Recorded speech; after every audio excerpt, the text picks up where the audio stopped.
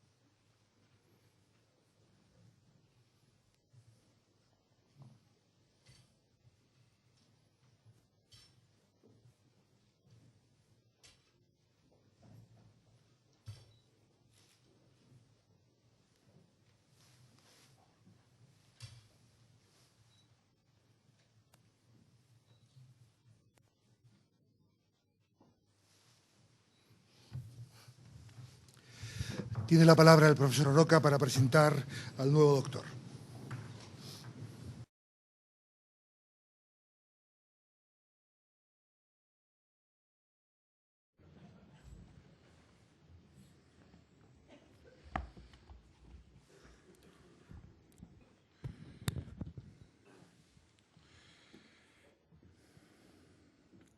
Me cabe el honor de hablar en nombre de la Universidad Politécnica de Madrid en el acto de honrar al profesor Heyman, invistiéndole como doctor honoris causa a propuesta de la Escuela de Arquitectura. No voy a hacer un relato de méritos, sino a intentar exponer el contexto preciso para comprender el crucial papel del profesor Heyman en el entendimiento del comportamiento estructural de los edificios, y para ello conviene remontarse en el tiempo. La construcción ha sido, hasta entrado el siglo XIX, un arte empírico, basado en reglas geométricas que en su aspecto estructural empieza a asomarse al campo científico en 1638, con la publicación por Galileo de su Diálogo de dos nuevas ciencias. Galileo, como es sabido, había tenido algunos problemas con la Iglesia, que tenía profundas y erróneas opiniones sobre la mecánica de los cuerpos celestes, pero afortunadamente no opinaba sobre la mecánica de los sólidos. Con esta publicación, Galileo abre el campo de las estructuras al proceso de búsqueda de leyes.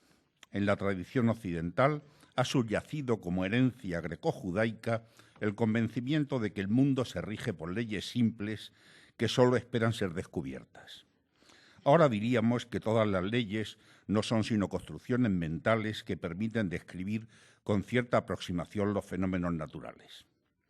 El trabajo iniciado por Galileo, que desacredita las reglas de proporción entonces al uso y sienta las bases del moderno entendimiento de las estructuras, es continuado por otros filósofos.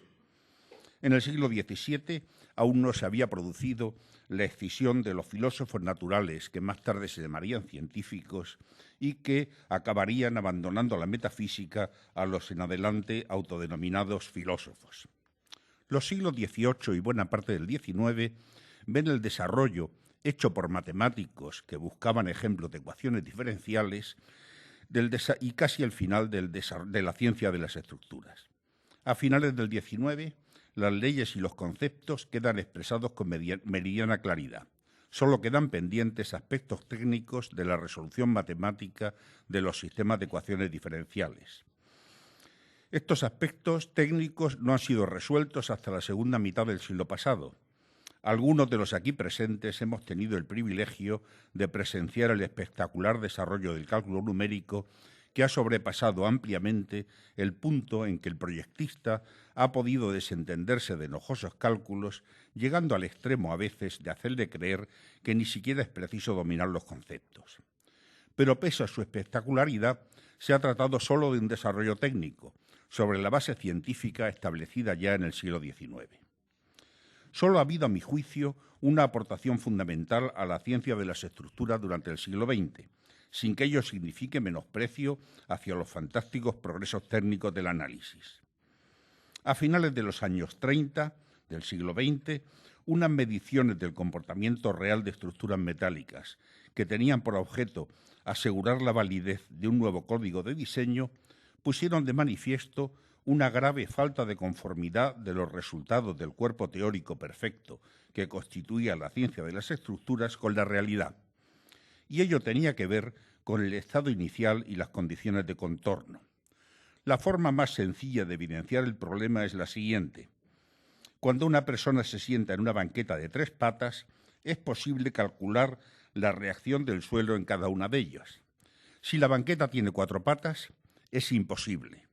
La mayor o menor perfección geométrica de la banqueta, su propia construcción, la topografía del suelo y aun su limpieza, datos todos ellos de imposible introducción en el modelo, influyen decisivamente en el resultado.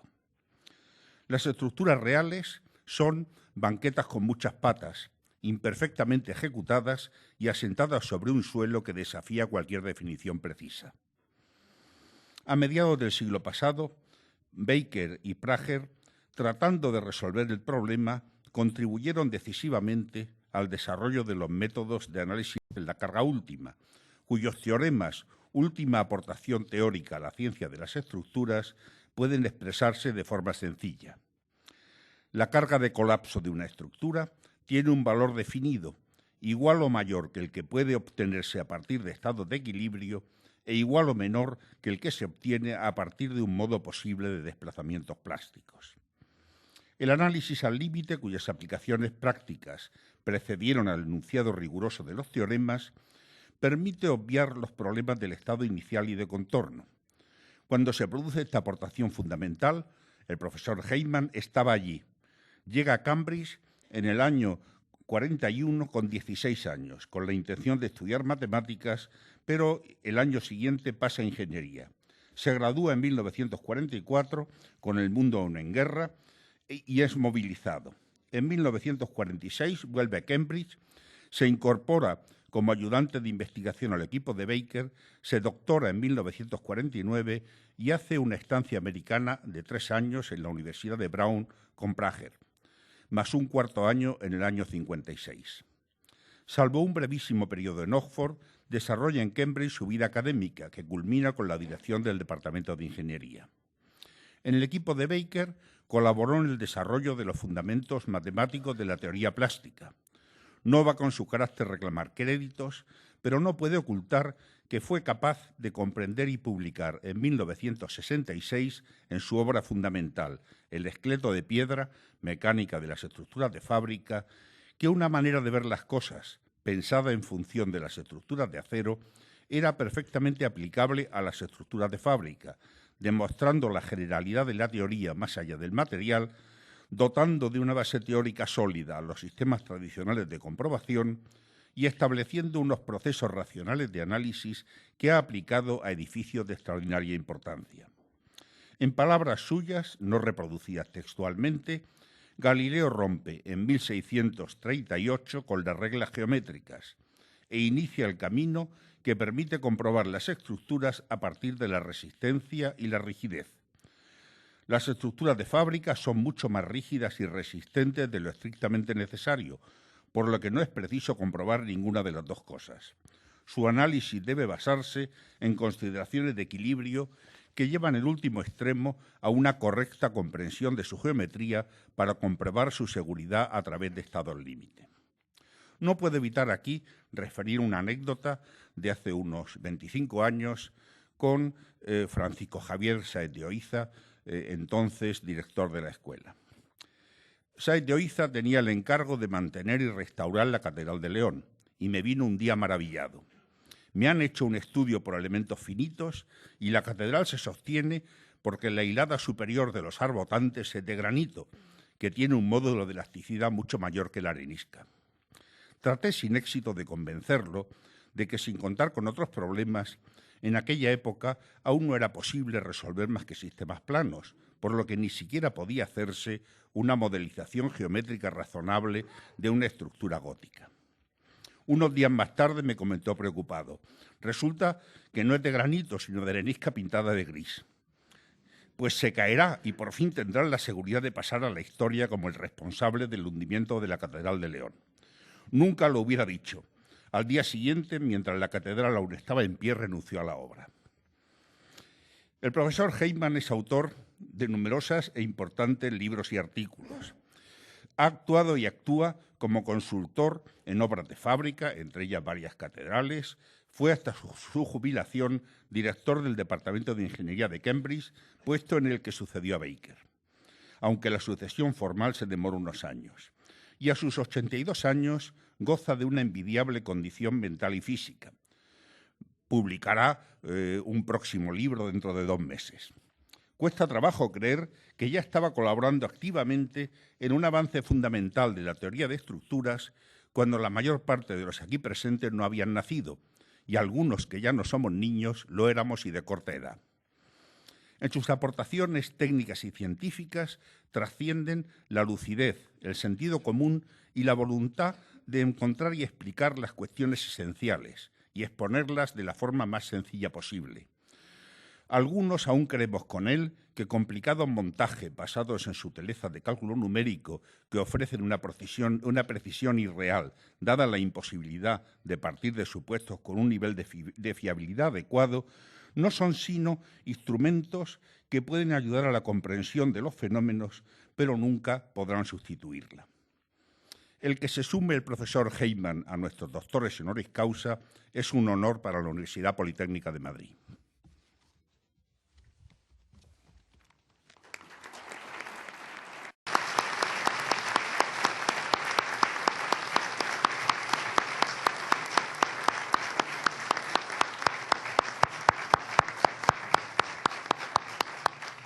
Se va a proceder a la solemne investidura del profesor Heyman como doctor honoris causa, para el cual todos los asistentes se pondrán de pie.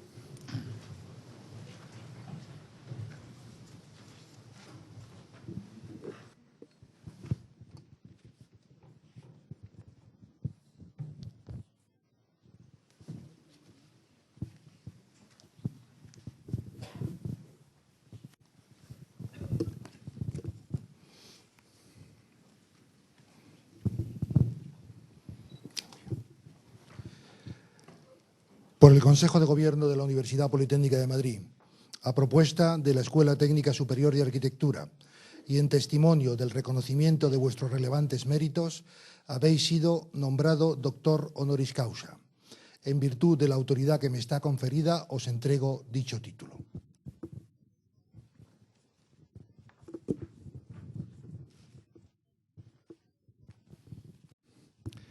Os impongo como símbolo el birrete laureado, antiquísimo y venerado distintivo del magisterio. Llevadlo sobre vuestra cabeza como la corona de vuestros estudios y merecimientos.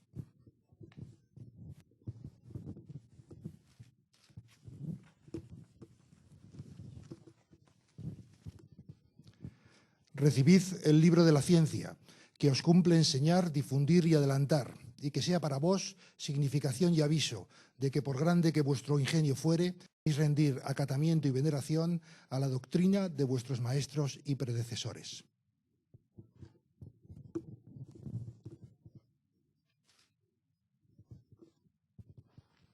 Recibid el anillo que la antigüedad entregaba en esta venerada ceremonia como emblema del privilegio de firmar y de sellar los dictámenes, consultas y censuras de vuestra ciencia y profesión.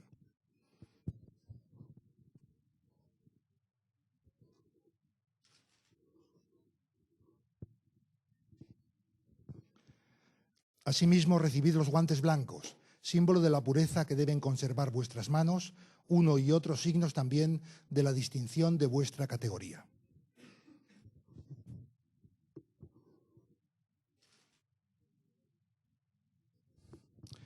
Porque os habéis incorporado a esta universidad, recibid ahora el abrazo de fraternidad de los que se honran y congratulan de ser vuestros hermanos y compañeros.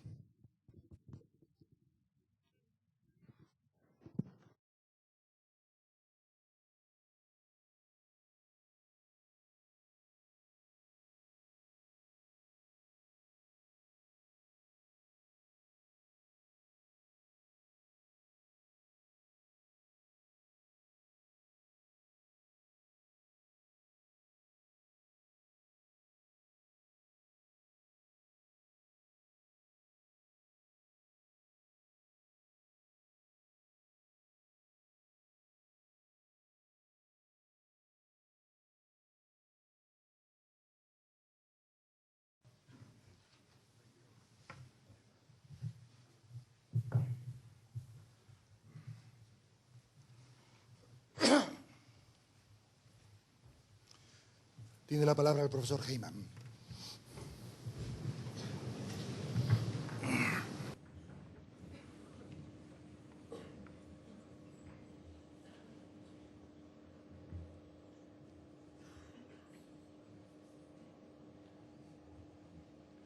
La técnica. Rector, honored professors, ladies and gentlemen, I must apologize. I do not speak Spanish, so I shall speak in English. Please forgive me. I am, of course, deeply honored that I should be awarded this Doctor Honoris Causa by this famous university, all the more honored by having been proposed from the School of Architecture with, I think, the help of the School of Civil Engineering, because I am an engineer. And in this country, I think, perhaps less so than in my own, architects and engineers do not often talk with each other. So it is an honor for me to be a graduate of this school, and I believe only the second to have been nominated by the School of Architecture, the first being the very famous Felix Candela. So as an engineer, as I say, I feel particularly honored. And I was particularly struck by the words that the rector used in presenting me with this degree about purity, honesty, the search for truth, if you like. And that is what we do in academia and is what we do in the professions of architecture and engineering. We try and seek for truth. Truth is very often difficult to find, of course. Engineers, being arrogant, at least compared with architects, believe that they know more about truth than architects. Be that as it may, it was said over 2,000 years ago, what is truth? And truth is subject to many interpretations, and in particular, in building, in architecture and engineering, truth has to be trimmed, modified sometimes, for reasons which are nothing to do with technical matters. With politics, for example, a local government wishes such and such a line to be followed, engineers and architects wish another line to be followed. Some course must be steered there. Or economic considerations, not enough money is available. And again, the truth has to be modified. What I want to do, very briefly, this afternoon, is to try and tell you what I think is the truth about ancient buildings, the truth as I see it as an engineer. When we talk of engineering in respect of architecture, of course, we immediately imagine that it is something to do with the use of mathematics, some technical input into the design or the analysis of a structure. And indeed, a title of this talk might be The Influence of Mathematics on Architecture. Now, I want to talk about three types of mathematics. They're very, very simple. The first is geometry. That is just the shapes of certain structures, elements of structures. That is one whole branch of mathematics. How do we describe things? A second branch may be called mechanics, and this comes quite late on in the development of engineering with architecture. How do we calculate somehow what the forces are in a structure? And this, of course, is something which is recognized by the modern engineer as part of his duty. And thirdly, carrying on from that, we move into more modern times, say the last 200 or 300 years, when the use of analysis comes in, and now using analysis in a technical sense to mean the use of algebra and, above all, the use of the calculus, newly invented 300 years ago, and, of course, sweeping all before it in all things technical. So it's these three things that I want to talk about: geometry, mechanics, analysis. And, of course, the earliest is geometry. Rules of construction going back 2,000 or 3,000 years, in fact, in the Bible, in the book of Ezekiel, which is about 600 years before Christ, you will find descriptions on how to build a temple. Biblical scholars have found difficulty in interpreting what these words mean in the Bible. How are they to be interpreted in a biblical, a religious sense? They are not religious at all. By accident, a builder's manual has got bound into the Bible, and it gives detailed directions on how to design temples, courtyards, and so on. And these rules of proportion were those used by the Greeks, for example, in the Temple of Apphia at Egina, which you see on the screen in front of you there.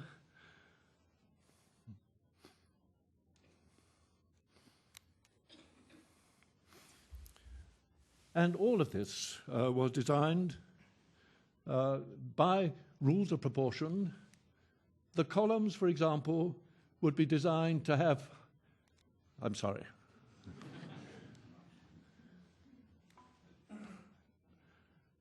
You have to have small fingers, I think.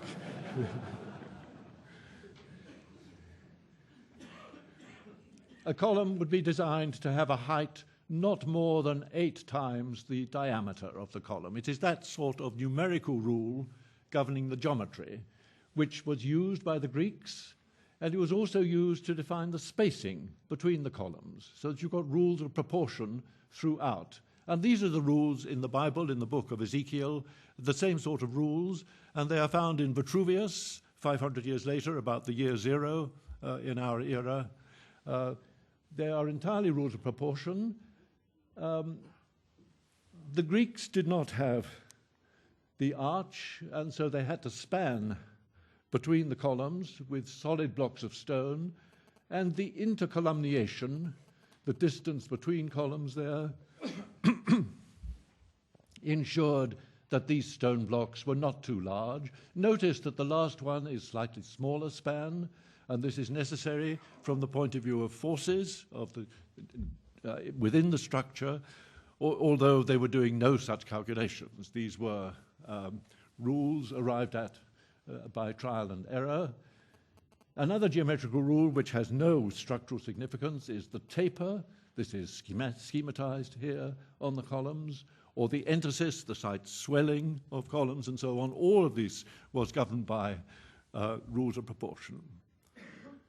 This seems very strange to the modern engineer, used as he is to pulling out his pocket calculator and doing calculations for every portion of a structure with which he is concerned. But it turns out that rules of proportion for the masonry structure, such as the one we see here, are precisely the right sort of rules to use.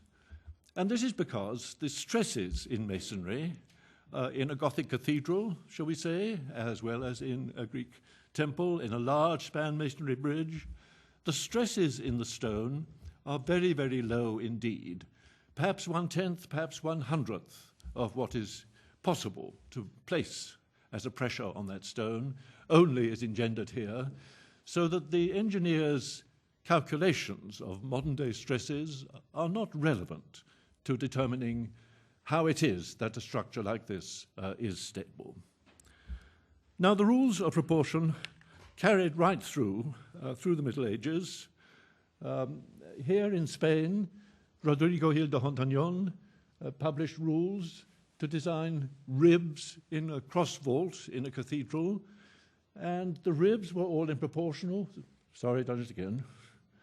The diagonal ribs, for example, should have thicknesses represented somehow by the thickness of this finger. Other ribs, rampant ribs here, a different thickness, all in proportion from the human hand, so that you could get to any scale that you wanted, the dimensions for a structure that you were designing. And these rules, for example, are evident in the designs of Palladio. Palladio about, sorry, my memory is very bad, about 1560, designed a bridge of span about 30 meters at Gismone, across a river here, where before there had been an intermediate pier, and this was a very large timber bridge to be designed. And the bridge he designed was this, which looks fairly modern. It's got triangulated structure and so on. It doesn't exist anymore, but it was very satisfactory at the time. But in his description, he also gives other designs for this same bridge. For example, a different form of triangulation over here, or here something which looks to be more efficient, but because there are some props in, so you're cutting down the span there. And here is something taken, presumably, from the masonry arch and an approach to the arch form. Now, the point here is that Palladio does no calculations at all that we would consider relevant as modern engineers. It is an entirely geometrical construction, as before, and in particular, on this design, he betrays the fact that he doesn't know about the forces because the members in the booms there grow thicker towards the ends, to the supports, whereas any modern analysis, any modern correct analysis, would put the thickest material at the center of the span and the weakest at the ends. And this is something assembled by him from somewhere. He says explicitly at the end of his description of all this that this is a real bridge built over a 30-meter span, but it can be built over any span you like, twice the span, double the size of the members. These are geometrical rules still extant 2,000 years after they were first discovered. It was, of course, Galileo, 100 years later, who blew up, so to speak, this idea that things could be scaled in proportion. His celebrated drawing of a leg from a thigh bone of a reasonably small animal, a large dog, shall we say, standing perhaps up to a meter high. Supposing we wanted something 3 times that size, then the weight of that animal 3 times as large as the dog would be 27 times the weight of the dog. And this Galileo appreciated, and appreciated also that in order to get the same strength, you had to produce a leg bone looking something like this if you wanted to design an elephant. And he describes the elephant, really, as the largest land-based creature that can be designed, which would just sustain its own weight. And from Galileo starts the whole modern science of structural engineering, but we won't go into that. At the same time, Blondel was still giving geometrical rules for the design of abutments to bridges. This is the beginning of a bit of mechanics coming in to the argument. It is realized that if you've got a bridge spanning over a river, shall we say, that bridge is going to thrust at the banks. You must provide certain abutments. And depending on the shape of the arch, so a little geometrical construction here gives you the width of abutment there. But again, this is a geometrical calculation with, again, no reference at all to any forces. that might be considered. But there is the beginning of mechanics coming in there, some appreciation that it would be useful to know about forces, but there was no way of calculating the forces at that time. This is Salvador Dali. I don't know what Dali was intending by this, but clearly this is not a structure in any meaningful sense. This is half a bridge, and it surely does require some force at the crown there if it's going to remain stable. And perhaps that's what Dali was trying to say, that there is something more than geometry. We do need to say something about forces.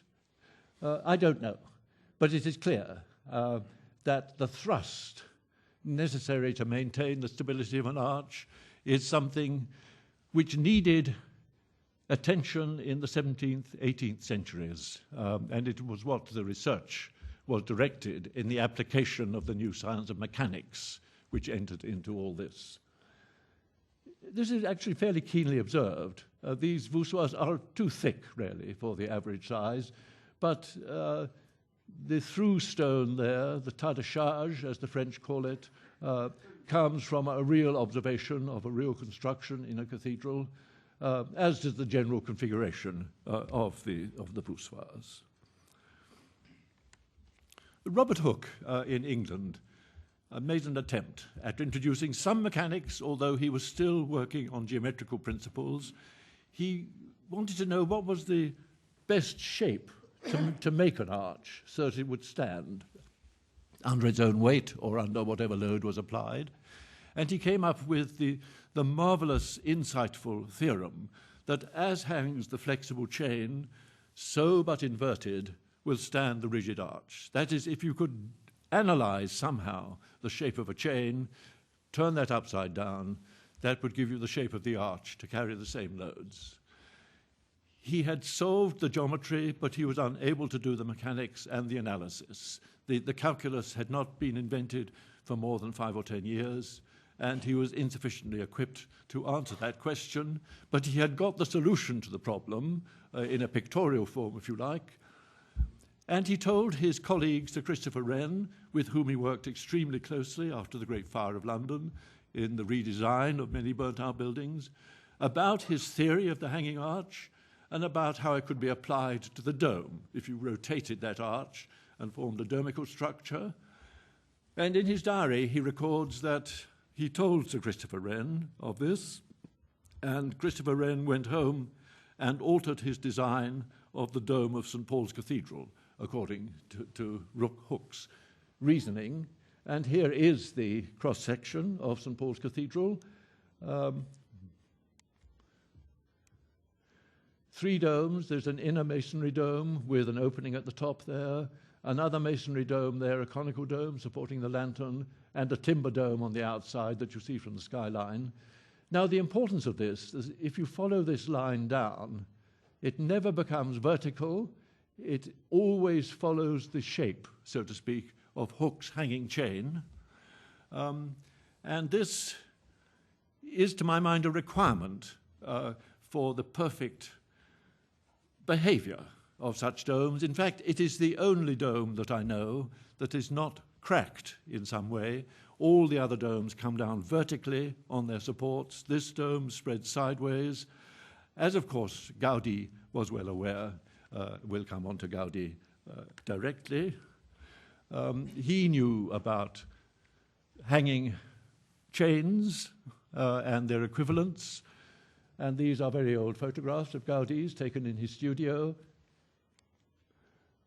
Here is a photograph, a mass of chains in 3 dimensions, photographed, hanging under various weights, and there is the photograph turned upside down to give the form of a structure, and there is Gaudí's drawing over the top of the photograph, showing how to construct this particular building. And in the Sagrada Familia, for example, the columns in the nave are not vertical, but they lean slightly inwards to take the forces as they come down. But let's just for the moment get back to bridges and this question of the calculation of the abutment thrust and how thick one should make piers to support loads. Here's a very old photograph of a bridge which doesn't exist anymore in England, in Cornwall, in Bideford. Very, very thick piers, because these are the sort of thickness that would come out by applying Blondell's rule. It was not appreciated until very late, until Perronnet, in fact, at the end of the 18th century, that internal piers in a multi-span bridge could be made very, very slender indeed, and hence not offer obstruction. But that was a problem that was sorted out fairly soon afterwards. But it was the whole application of mathematics, of mechanics, to the behavior of masonry bridges, which made the breakthrough, in particular a breakthrough made by La Hire in 1712, who observed that very often in practice, if you built a masonry arch and the abutments spread a little bit, then cracks would form, as shown there. And he observed that in many cases, a crack would form at about 45 degrees. Here's a schematic semicircular arch. But if indeed a crack forms pivoting about that point L, as it might be about this point here, we know that the forces must pass through that point. There's no other place for them to go. So you can take the structure apart, so to speak, and using very simple statical mechanics, resolve forces, take moments, find out what the abutment thrust would be, and hence use this in order to design your abutments instead of some numerical Blondel rule. These hinges rarely do occur. And I've got an example from my own hometown of Cambridge.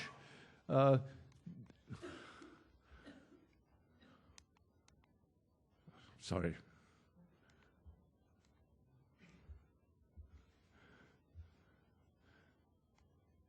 There are cracks which were visible about 20 years ago when the bridge was stripped down for maintenance and the mortar taken away, and there were complete openings.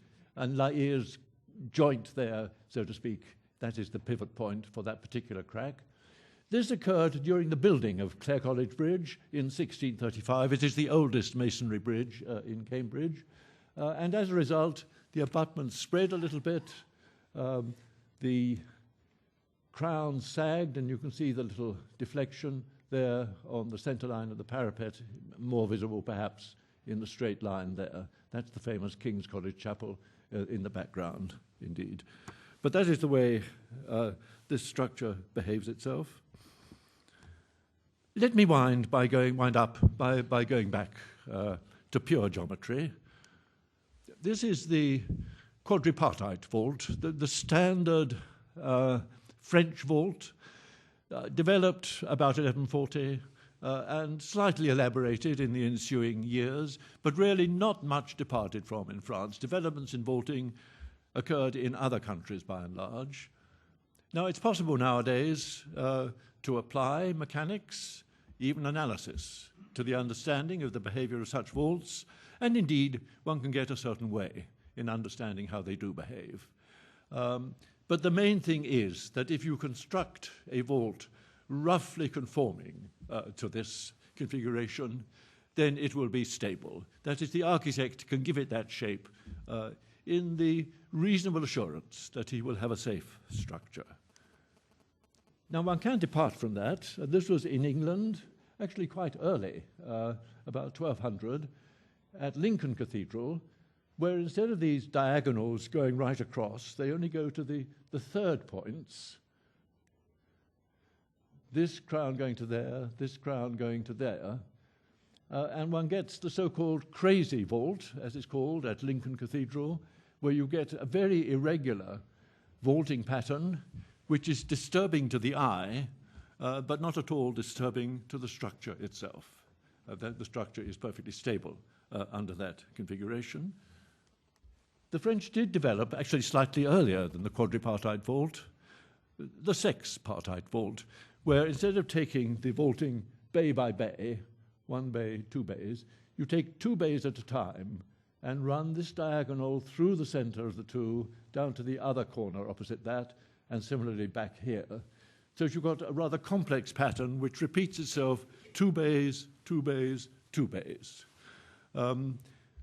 It divides the structure up slightly irregularly, although it is a repeating pattern.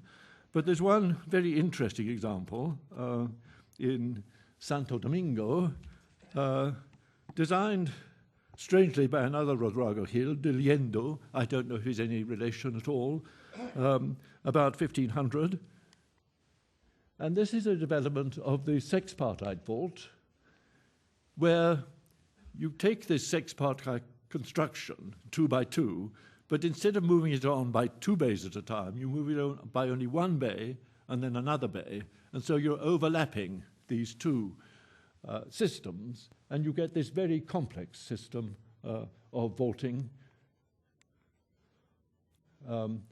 as seen here or here. All of these systems, as I say, are perfectly viable systems, providing you get the geometry roughly right. Then you have very good assurance that the structure will stand. And in this respect, I think architects are at an advantage to engineers in designing anew something of this complexity. The engineers, by and large, will not have the imagination to think of such complex patterns of vaulting, whereas the architect will. Both can rely on the structure itself being cleverer than either the architect or the engineer. If you get it roughly right, then the structure will certainly stand. And above all, I think, in this complex relationship between the architect and the engineer, if on a particular structure, restoration of a masonry cathedral, for example, you have both present and the engineer starts pulling out his calculator and doing calculations, then you should turn to the architect for advice. Thank you.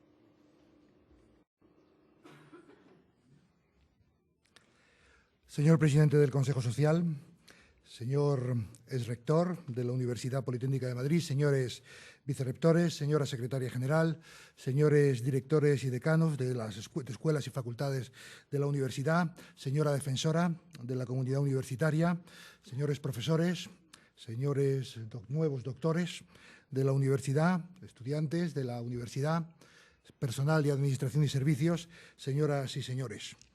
Una vez más, celebramos la festividad de Santo Tomás de Aquino inmersos en una reforma profunda del sistema universitario español, en el marco de la construcción del espacio europeo de educación superior. Durante este curso, en el que estamos, 2007-2008, la tarea principal que abordaremos las universidades españolas será la reforma de todas nuestras enseñanzas. Pero justamente y relacionado con la reforma universitaria en marcha, permítame leerles unas palabras de un conocido intelectual y pedagogo que hablaba así de los planes de estudio. Y me refiero de manera específica a los planes de estudios. Decía, el plan, obra libre de cada universidad, sobre un mínimo obligatorio en cada facultad para todas. Adopción de métodos de enseñanza realistas que exciten la actividad personal del alumno. Sustitución del libro de texto por lecturas y estudios sobre los problemas de clase. Creación de bibliotecas de libros modernos y revistas científicas y de laboratorios para las prácticas de todos los alumnos. Subdivisión de las clases numerosas para el trabajo científico y la comunicación constante con el profesor. Subdivisión de los estudios de todas las facultades en un mínimo obligatorio y un grupo electivo. Reducción de 1 o 2 años en los estudios de la licenciatura. Aumento de otro a los doctorados.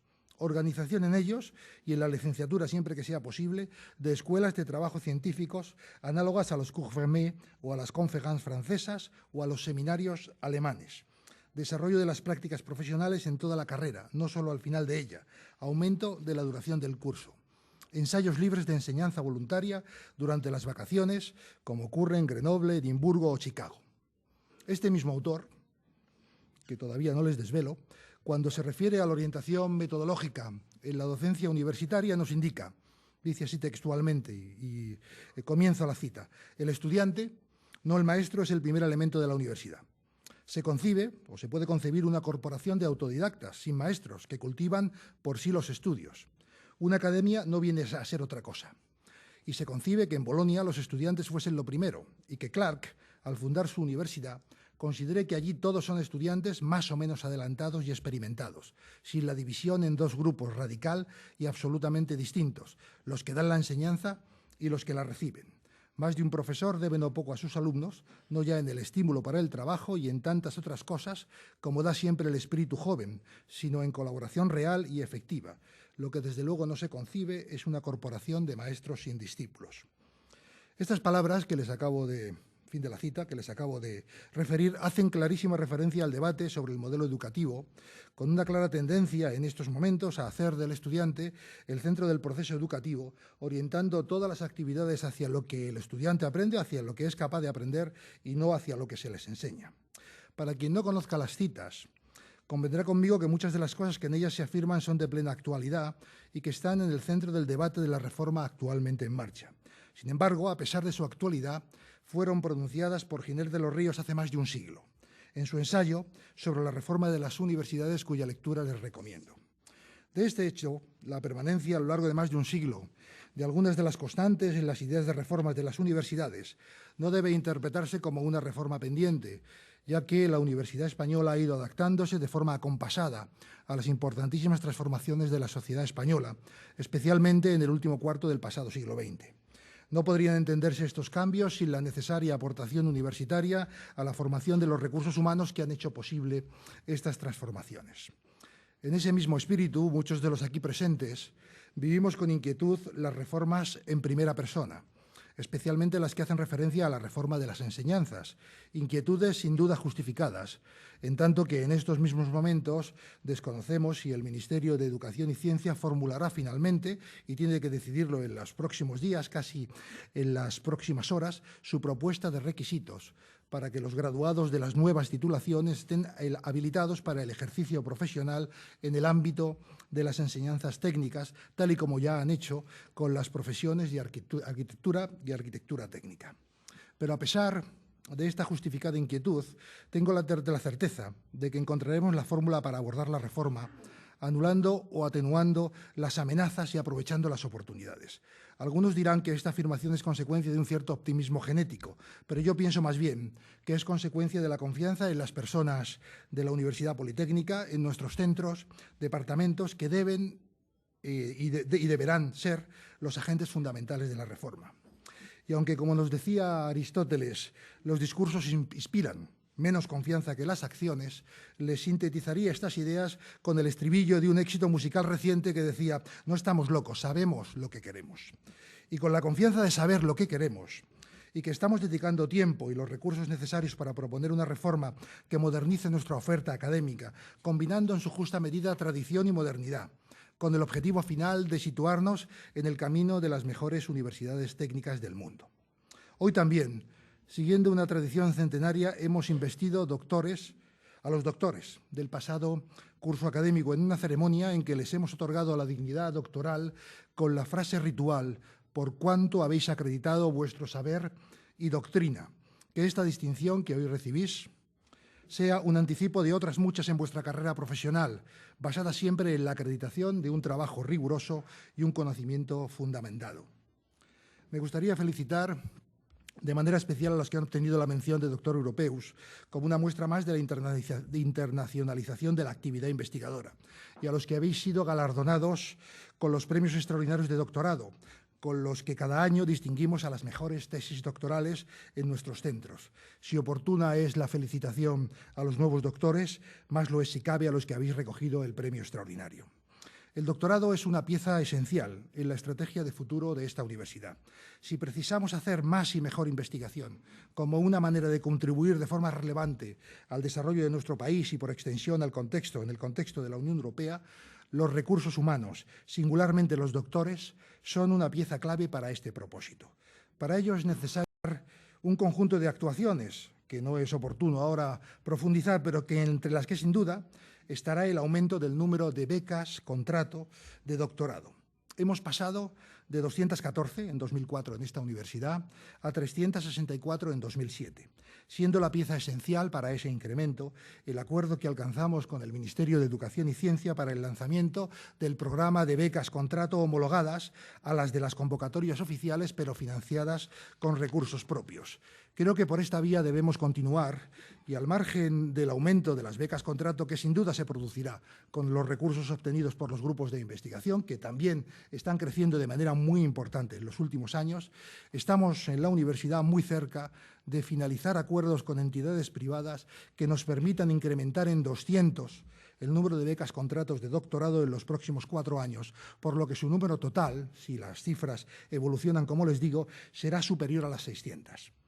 Dadas estas cifras, que seguramente continuarán creciendo en el futuro, y la importancia que juegan en el desarrollo de la investigación en la universidad, en la formación del profesorado, creo que resulta en estos momentos también oportuno la redacción del Estatuto del Personal Investigador en Formación, como una forma justamente de encajar dentro de la estructura de la universidad de una manera más clara y evidente el conjunto de personas que se dedican a esta actividad desde esas figuras.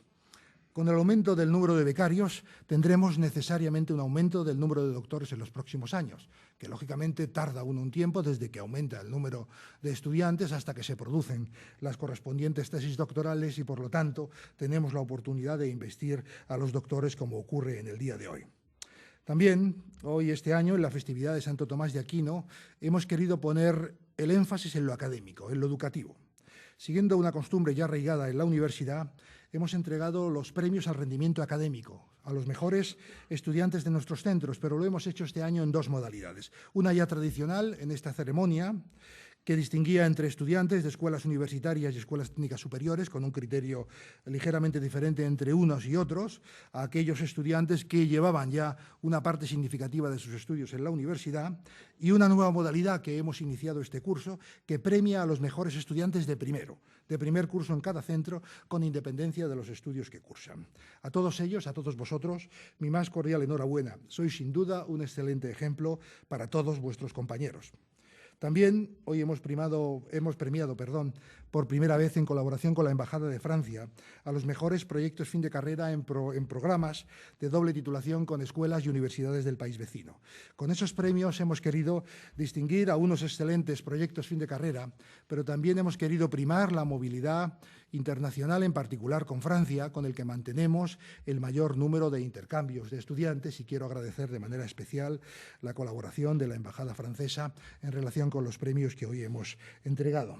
Pero si todas estas distinciones anteriores han ido dirigidas a premiar a destacados estudiantes, bien de grado, posgrado o doctorado, también hoy hemos querido hacer un esfuerzo adicional para reconocer el trabajo de nuestros profesores y, de una manera especial, de nuestros profesores en innovación educativa. La universidad ha hecho un enorme esfuerzo en programas muy variados. Se han evaluado en los últimos años la mayoría de nuestras titulaciones de grado. Se han propuesto planes de mejora justamente para esas titulaciones. Se han firmado recientemente contratos programa entre la universidad y los centros para la puesta en marcha de esos planes de mejora. Se han realizado un gran número de cursos y talleres de formación para el profesorado en metodologías ECTS, el sistema de créditos europeo, con todo lo que ello implica desde el punto de vista metodológico. Se han puesto experiencias de cambio metodológico en numerosas asignaturas o en cursos completos en la mayoría de nuestros centros. Se ha creado una estructura de grupos de innovación educativa en la universidad. Se han puesto en marcha los cursos cero, el programa de mentorías, la herramienta punto de inicio para alumnos de nuevo ingreso. Tenemos cerca de 1 millón de asignaturas en el campus virtual. Hemos sido los coordinadores en el lanzamiento de la iniciativa Open Courseware en España, una iniciativa de la que ha sido pionera o iniciadora el Instituto Tecnológico de Massachusetts, el MIT. Estamos en estos momentos montando las primeras aulas de trabajo cooperativo. Se han impulsado competiciones académicas entre los estudiantes en diferentes modalidades. Se han puesto en marcha un conjunto de iniciativas que sería en estos momentos muy prolijo enumerar, pero siempre todas ellas orientadas a mejorar la actividad docente en nuestras escuelas y facultades. Y todo ello con el entusiasmo y la participación de un importantísimo grupo de profesores de la universidad. Entre este colectivo debemos reconocer, desde luego, el trabajo de todos ellos, pero también de una manera especial el de los más activos, por lo que hoy han recogido sus premios, unos primeros premios, a los que han destacado en innovación educativa durante los últimos 5 años. Un jurado externo ha elegido esos 10 profesores que han recibido hoy su distinción por el trabajo desarrollado en los últimos 5 años. A todos vosotros, mi más cordial felicitación, mi más cordial enhorabuena y el reconocimiento de la universidad a la actividad que desarrolláis. Que estos premios os sirvan también de estímulo para continuar dedicando esfuerzos a mejorar nuestra actividad docente justo por esa vía, por la vía de la innovación. A los profesores Pinto y Gil Albert, premios a la excelencia educativa, premios a toda una trayectoria en el ámbito académico. Mi felicitación por una trayectoria, como les decía, ejemplar en la actividad docente y con la satisfacción de contar con ellos en nuestro cuadro de profesores.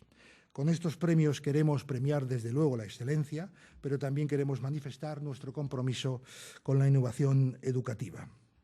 Han pasado, creo yo, los tiempos de las experiencias piloto y buena parte de las iniciativas en marcha, que debemos sin duda reforzar en el futuro, indican que hemos pasado claramente de las musas al teatro, y creo que así debemos seguir. Y por último, pero no en último lugar, hemos investido al profesor Jacques Heyman como doctor honoris causa, a propuesta de la Escuela de Arquitectura.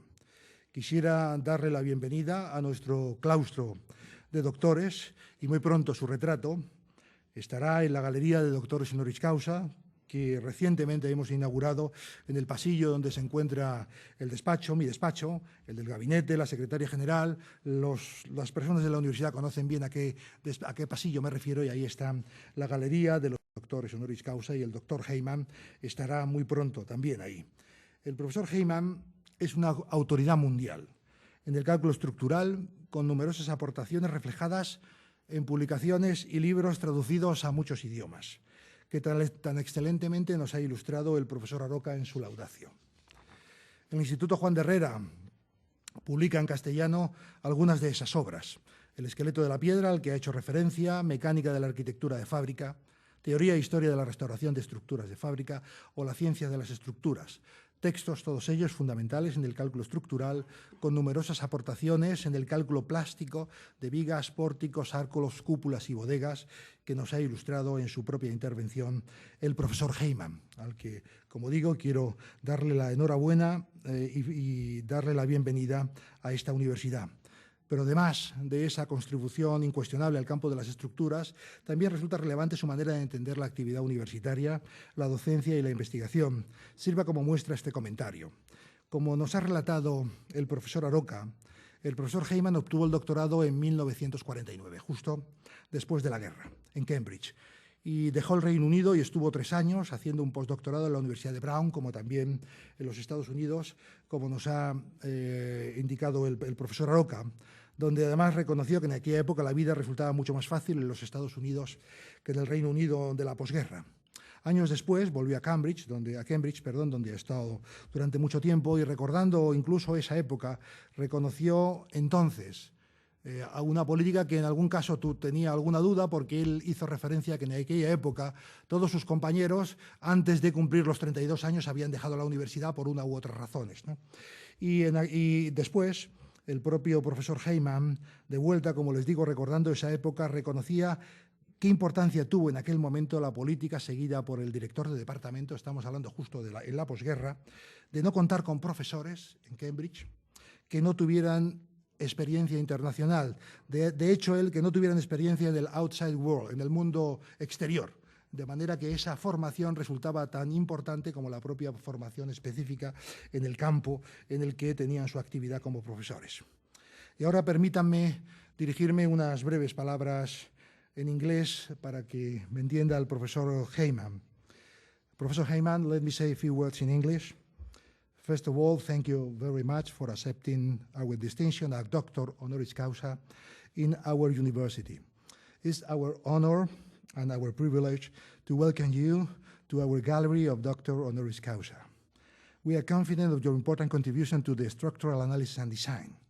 Congratulations to our School of Architecture for your nomination, and congratulations to Professor Aroca for the brilliant laudatio. We do expect your recognition today serves to increment your links and friendship with this institution. And now let me switch back to Spanish again. Permítanme volver al castellano de nuevo y permítanme volver como empecé, recordando a Giner de los Ríos, al que me refería en su ensayo sobre la reforma de las universidades. Y en esa misma reforma, hace más de un siglo, abogaba por una universidad autónoma y abierta a la sociedad, conceptos que hoy hemos asimilado como condiciones imprescindibles de la construcción universitaria. Esa autonomía, pero también esa necesidad de relación directa con la sociedad en la que está inmersa. Y en esta misma línea, en la perfección que tiene la sociedad de la universidad, me van a permitir que les relate una anécdota que compartí con algunos de los aquí presentes hace solo unas semanas en nuestra escuela de forestales, en la que se celebró un extraordinario concierto flamenco en el que el cantaor, apodado el Arcángel, pudo asegurarles además que canta tal como indica su nombre. En unas palabras improvisadas, después de su intervención, se refería y hablaba de la universidad y decía de una manera directa y aproximadamente estas palabras: estoy encantado de estar en la universidad porque este es un lugar donde la gente viene a aprender cosas buenas.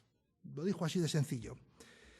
Y permítanme acabar con ese extraordinario resumen, con un deseo, de que la sociedad nos perciba como una institución, como dijo el cantaor, el Arcángel, en que la gente se acerca a nosotros para aprender cosas buenas. Muchas gracias.